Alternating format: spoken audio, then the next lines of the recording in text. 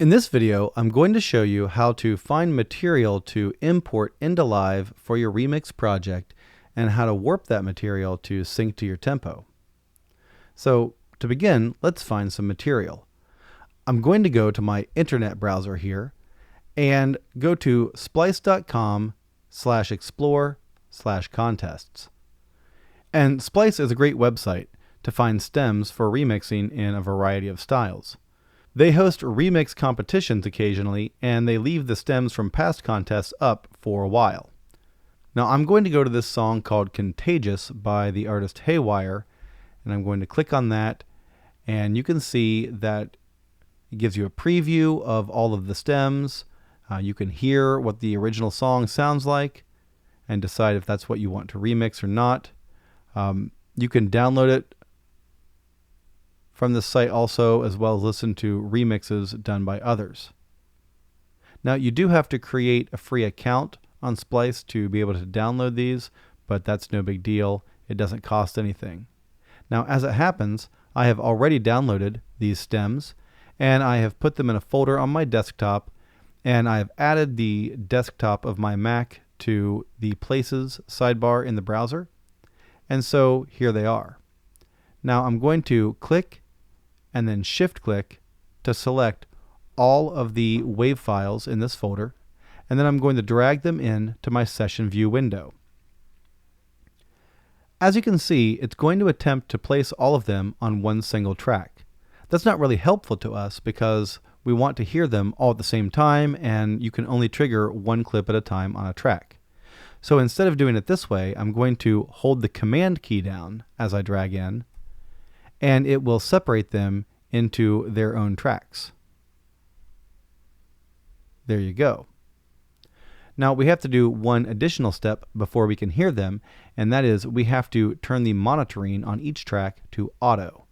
It defaults to off to guard against possible feedback, and that's helpful in most situations, but not in this one.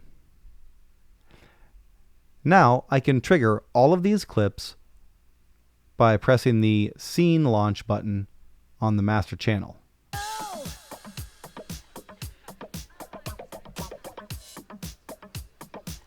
And if I click on each individual clip, you can see the material on it.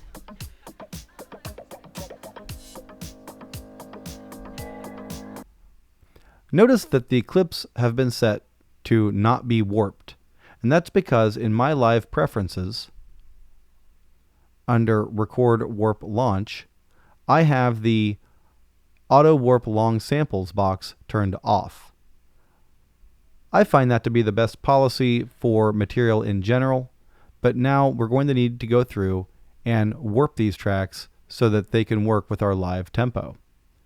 I'm going to choose one track out of all of these and show you how to warp it.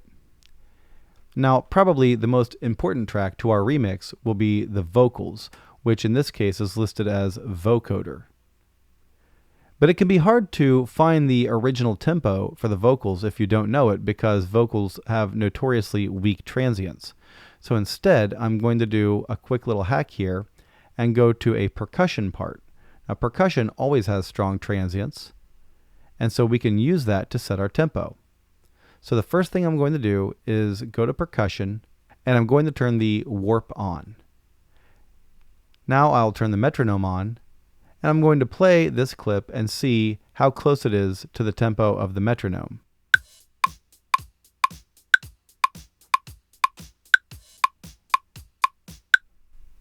So you can hear that the metronome is going a little bit faster, meaning that this clip is playing at a slower tempo than 120.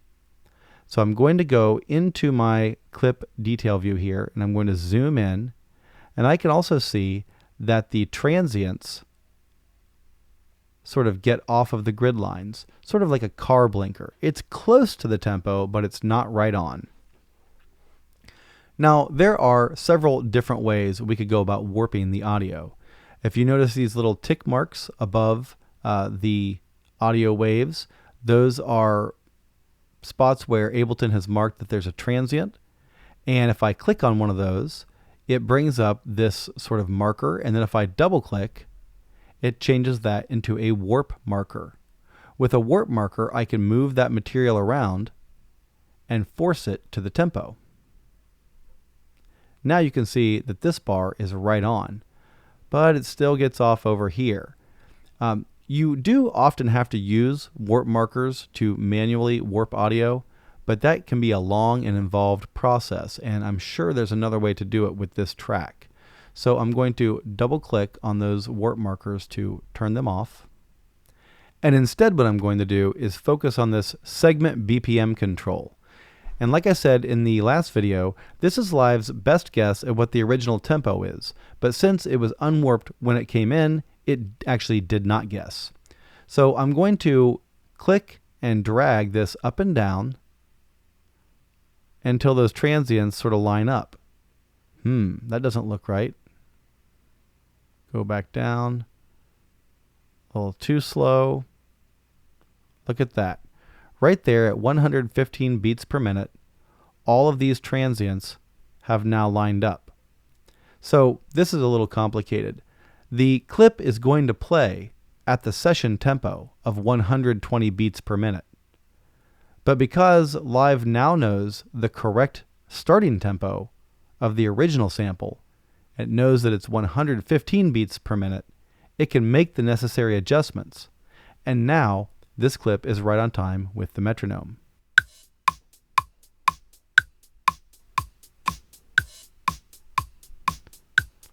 Right on time. We can use this information we've gathered from the percussion track to go to the vocal track and warp it. I'm going to turn the warp on, and now I can type in 115 to the segment BPM, because the vocal track has to be the same tempo as the percussion track. Now if I start playing the clip at bar 17, which I can do by moving my mouse into the timeline until it turns into a speaker, it should be right on with the metronome. I know, I just can't take it. If I spend another day away from you, baby, you and I know. Right on. Now, if I want to change the tempo of the song, which is very common to do in remixes, I can just do it with the global tempo here. As a matter of fact, I can move my clip up to start playing at bar 17 every time. I know, I just can't take it. If I spend another day away from you, baby, you and I know you are contagious. And of course, the quality of the warping will be determined by the warping algorithm chosen in the sample box. I'm going to go to Complex Pro to make it even smoother and better. I know, I just can't take it. If I spend another day away from you. Now I should mention that if you use musical material from previous eras, or music that's not been set to a click, or music that isn't made specifically for remixing, you are probably going to have to do a lot more work to warp the tracks to the tempo and make them consistent.